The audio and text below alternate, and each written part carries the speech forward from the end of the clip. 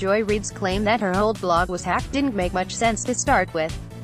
After a week of looking at her claims closely, even her allies on the left, HuffPost, The Atlantic, The Nation, have concluded they don't stand up to any scrutiny.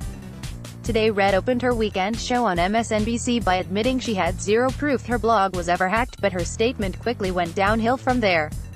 "I hired cybersecurity experts to see if somebody had manipulated my words or my former blog, and the reality is they have not been able to prove it," Reid said. Then she added, "But here's what I know. I genuinely do not believe I wrote those hateful things because they are completely alien to me." At this point, the wheels are really starting to come off this statement as Reid takes another sharp corner. "I look back today at some of the ways I've talked casually about people and gender identity and sexual orientation, and I wonder who that even was, but the reality is that, like a lot of people in this country, that person was me." Wait, what? Didn't you just say that person wasn't you? Now the reality is, I have to own the things that I've written and tweeted and said, Reid said. Does Joy Reid know what taking ownership means? Claiming offensive things written on your blog under your own name don't belong to you is the opposite of owning something. She's actually disowning it. To be fair, she does take responsibility for one set of tweets attacking Ann Coulter, suggesting she's trans. Those tweets came up this week only tangentially, i.e., as proof that Reid did talk online exactly like the person who wrote those old blog posts. But the important point is she's ducking responsibility for about 90% of the material everyone has been talking about. Reid never even mentions that she dragged the FBI into this cockamamie story. How about an apology to them for making them part of this silly cover-up? Reid and her fellow progressives talk a lot about privilege and who has it and who needs to check it. But if you want to see privilege in action, all you have to do is imagine this same set of facts attached to someone on the right.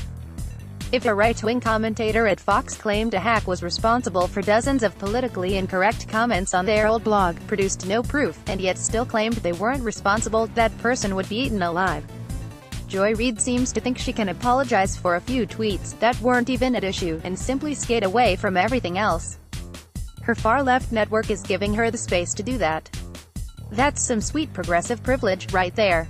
And here it is, the hand of forgiveness after this no real ownership apology. Brains, guts, heart and soul. Beloved Joy Reid has always been a treasured and brilliant colleague, but I've never been prouder to work with her than I am now. https://t.co/j9503cjmv. Rachel Maddow, MSNBC, at Maddow, April 28, 2018 update. Glad to see I'm not the only person thinking this apology didn't really address the main problem with what happened this week. Alarmed by the response to Joy Reid's apology by people in the press who are rightly obsessed with the truth. Of course she should be forgiven for her past statements. But she lied, and now makes the baffling claim that she doesn't believe she wrote them. Barry Weiss, at Barry Weiss, April 28, 2018 I'm completely agreeing with David Sirota. Left unsaid in the Joy Reid crap, when high-profile media folk appear to blatantly lie. David Sirota, at David Sirota, April 28, 2018 update. Management knows she's lying, but saying so would be problematic.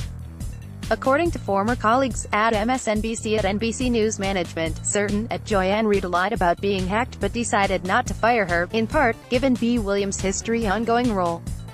Truth and integrity still matter to a few at the org, though they feel like a dying breed.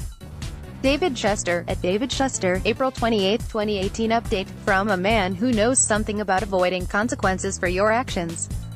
Joy Reid apology. Appropriate. Heartfelt. This unique and compelling voice for tolerance and equality should not be silenced. We learn, and change, from our mistakes. Eric Holder, at Eric Holder, April 28, 2018 update. She didn't own her mistakes, she denied them, but whatever I guess. Thank you at Joy Reid for owning your mistake and for this sincere apology. https://t.co/dekikesa2fo. Billie Jean King, at Billie Jean King, April 28, 2018 Reid is the new Elizabeth Warren. It doesn't matter if her story was true or false because she's a progressive champion and they get a pass. How long before someone writes a conservative-seized story about those who dare to point out she's not telling the truth?